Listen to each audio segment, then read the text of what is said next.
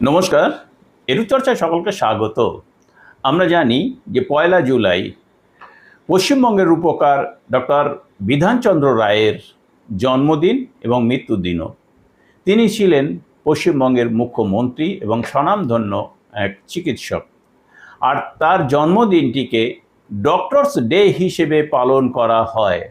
আর সেই উপলক্ষেই পশ্চিমবঙ্গ সরকারের finance department থেকে একটি নোটিশ দিয়ে জানিয়ে দেওয়া হয়েছে যে ওই দিন সমস্ত সরকারি দপ্তর, আধা সরকারি এবং লোকাল বডিজ যেমন পঞ্চায়েত বা পৌরসভা, সমস্ত দপ্তর অর্ধদিবস ছুটি থাকবে।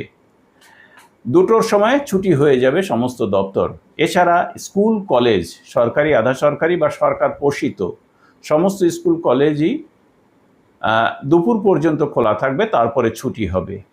এর পাশাপাশি জানাই যে আগামী ৬ই জুলাই ডক্টর শ্যামাপ্রসাদ মুখার্জির ১২৫তম জন্মদিন।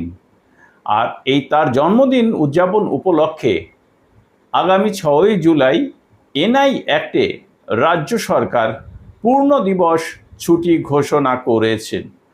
সমস্ত সরকারি অফিস বা লোকাল বডিজ অফিস অথবা স্কুল কলেজ, সরকারি বা আধা সরকারি বা সরকার পোষিত সমস্ত ডিপার্টমেন্টই ছুটি থাকবে। তবে ইমার্জেন্সি ২টি ডিপার্টমেন্ট যা রয়েছে সেগুলো খোলা রাখা হবে।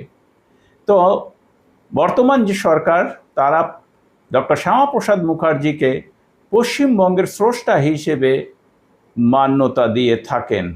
আর সেই উপলক্ষেই তার ১২৫তম জন্মদিনটিকে সাড়ম্বরে পালনের উদ্যোগ গ্রহণ করেছেন এবং সমস্ত পশ্চিমবঙ্গের সরকারি অফিস, স্কুল কলেজ ছুটি থাকছে।